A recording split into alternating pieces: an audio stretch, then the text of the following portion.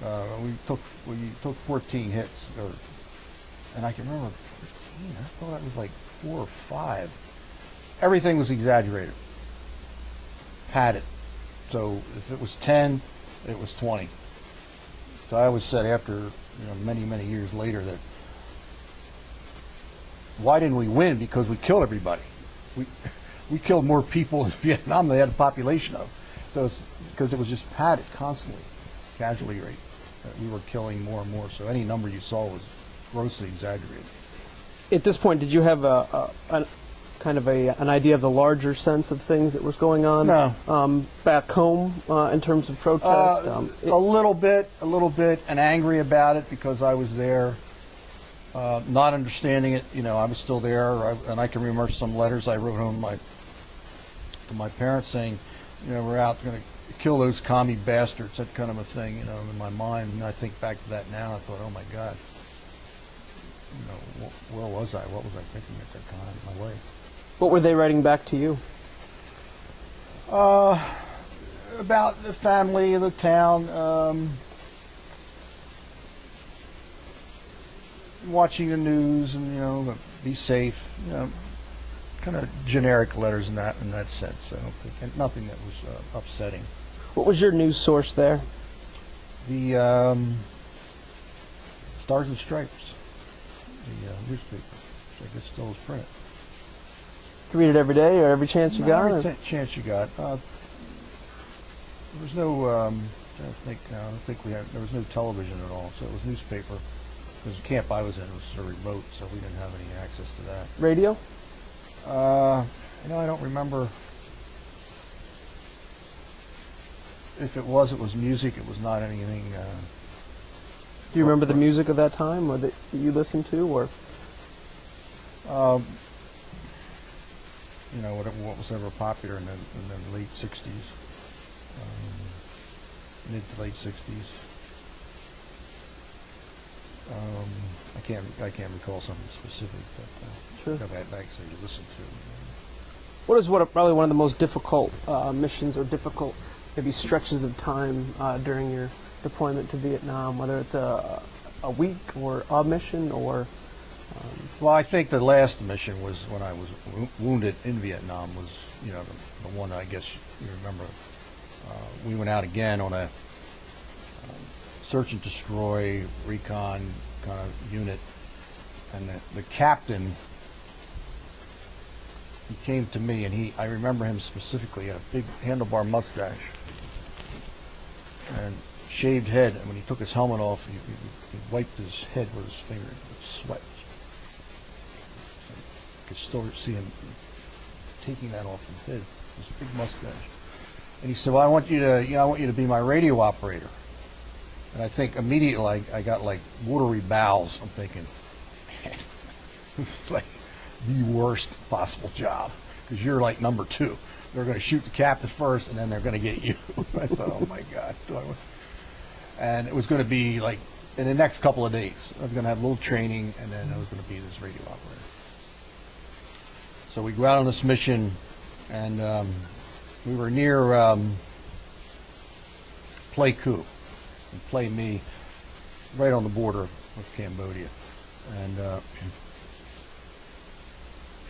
we were then put down, choppers left, and we kind of moved through an area, not heavily wooded, kind of a little bit of a slope, pretty kind of open, and then some tree and wooded area behind it.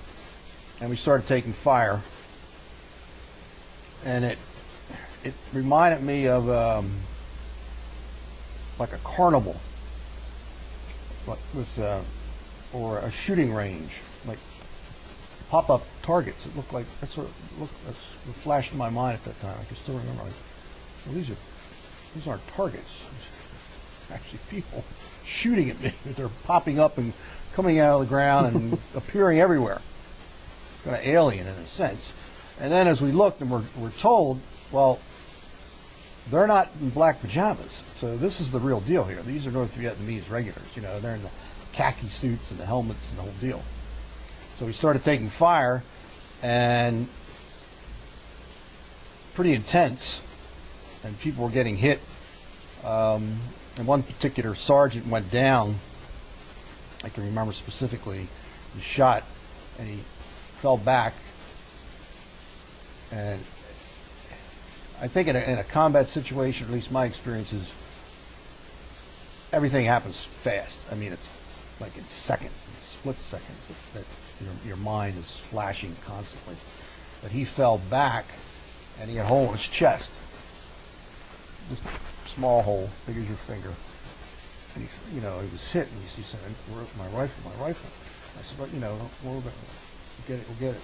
And I moved him, I rolled him over, and he had a hole, I don't know, this size in his back. I thought, oh my God, this is like, and I think I started to emotionally cry, or because everything comes up then, you don't know what to do, and you're firing, and you're told to pull back, and choppers came back in to get us out because we were being overrun. This was just a bad scene.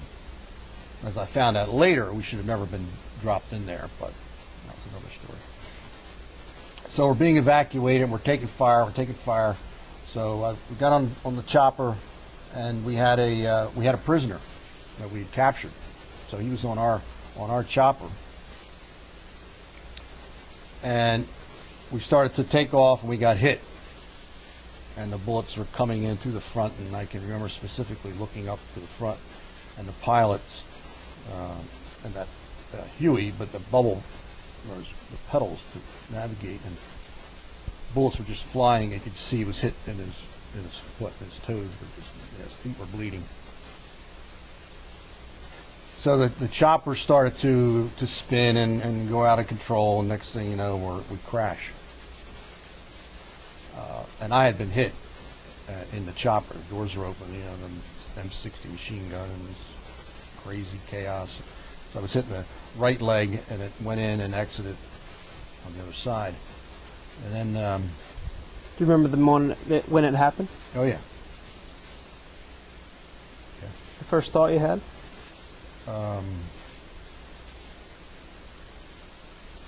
Kind of a